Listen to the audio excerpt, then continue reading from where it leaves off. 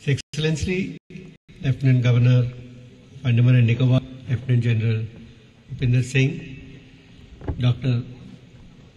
Ashraf Abdul Wasaf Wahab, Deputy Minister of Administrative Development, the Government of Egypt, Mr. M.P. Narayanan, Mr. Ravi Gupta, distinguished delegates, representatives from the industry, from the media, and distinguished members of the audience.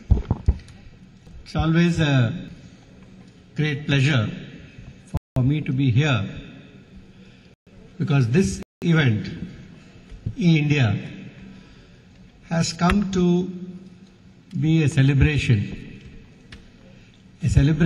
of all that is happening in the world and field of IT in India.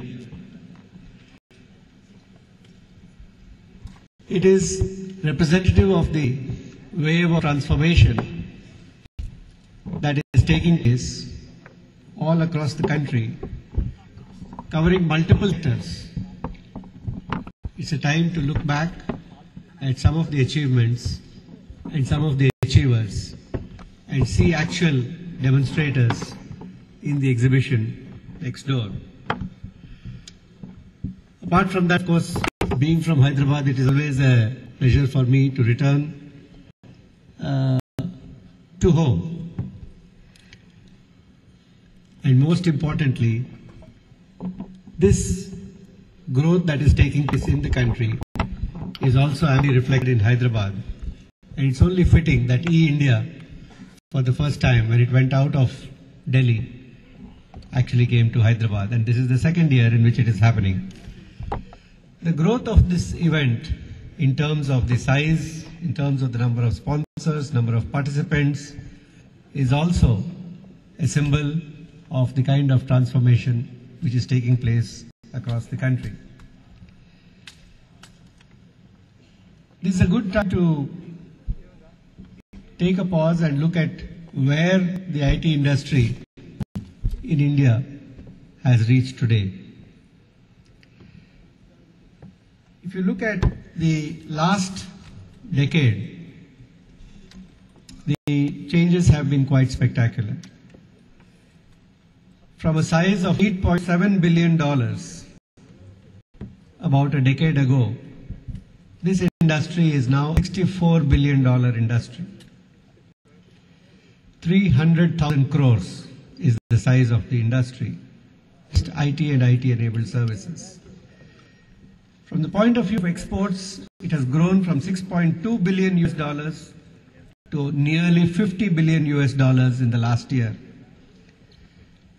The contribution of this sector to the gross domestic product of the country has grown in this period from 1.2% to 6.1%, thereby far outstripping every other sector of the economy. If you look at the export share, this sector alone now contributes 20% of our exports, 1 out of every 5 rupees that is earned. This sector also contributes nearly half, 45%, of all the incremental earned job creation in the country today. I think that is a mind-boggling and a staggering statistic that nearly half of all incremental job creation in urban areas is coming from this sector today. There are also other major plus points that the sector can boast of. Firstly, younger people, the youth, people who are in the age group of 25 to 35, account for 70% of this sector. So in a sense, it represents the spirit of young India. Women account for 30% of this sector, yet another symbol of the increasing role of women in the society and in the economy. And nearly 60% of the players, the companies and the industries, also hire people who are differently able or physically challenged. So it's a sector which is that way quite caring. It's also a sector which is globally very well integrated. 80% of our turnover is from exports, as you may know. But 30% of services are delivered on-site and from outside India. So it gives a tremendous global exposure to people who are working in this sector. And one of the most significant piece of statistic is that globally, if you look at the global market in offshoring, in the entire global market, India has a 51% share. And that is certainly a very, very substantial achievement.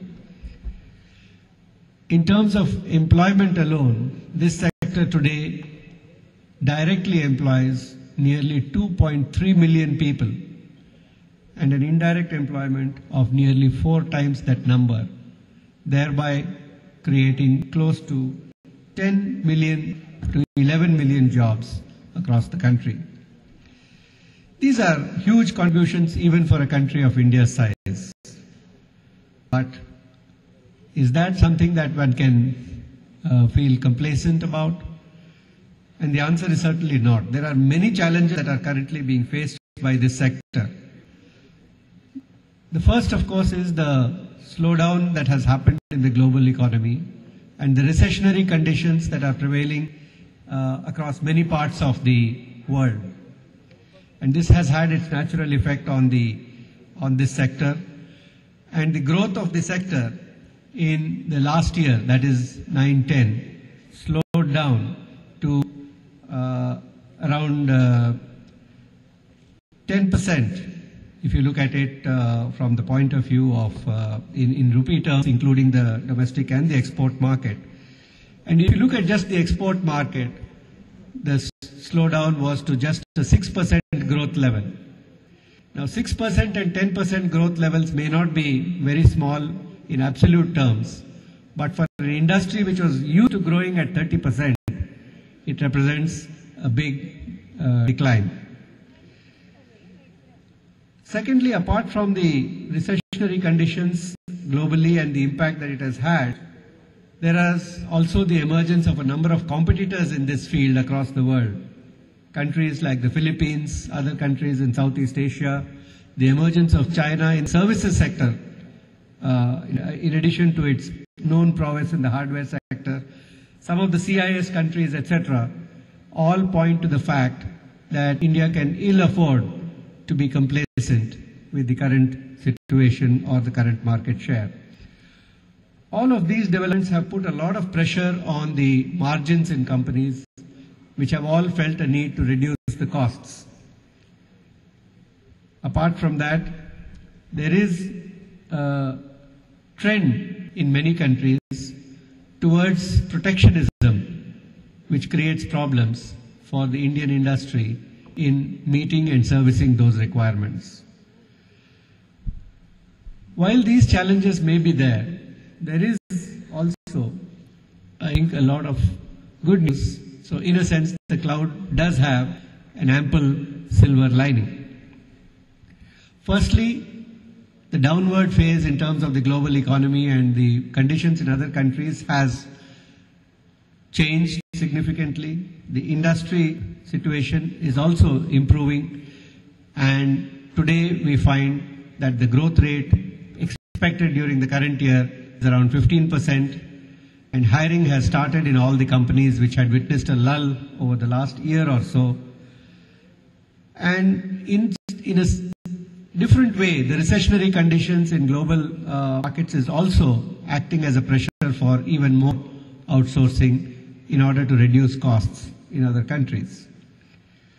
The demographic profile in other countries has also resulted in a situation where they do need cooperation and partnership with India and Indian industry to meet their own requirements.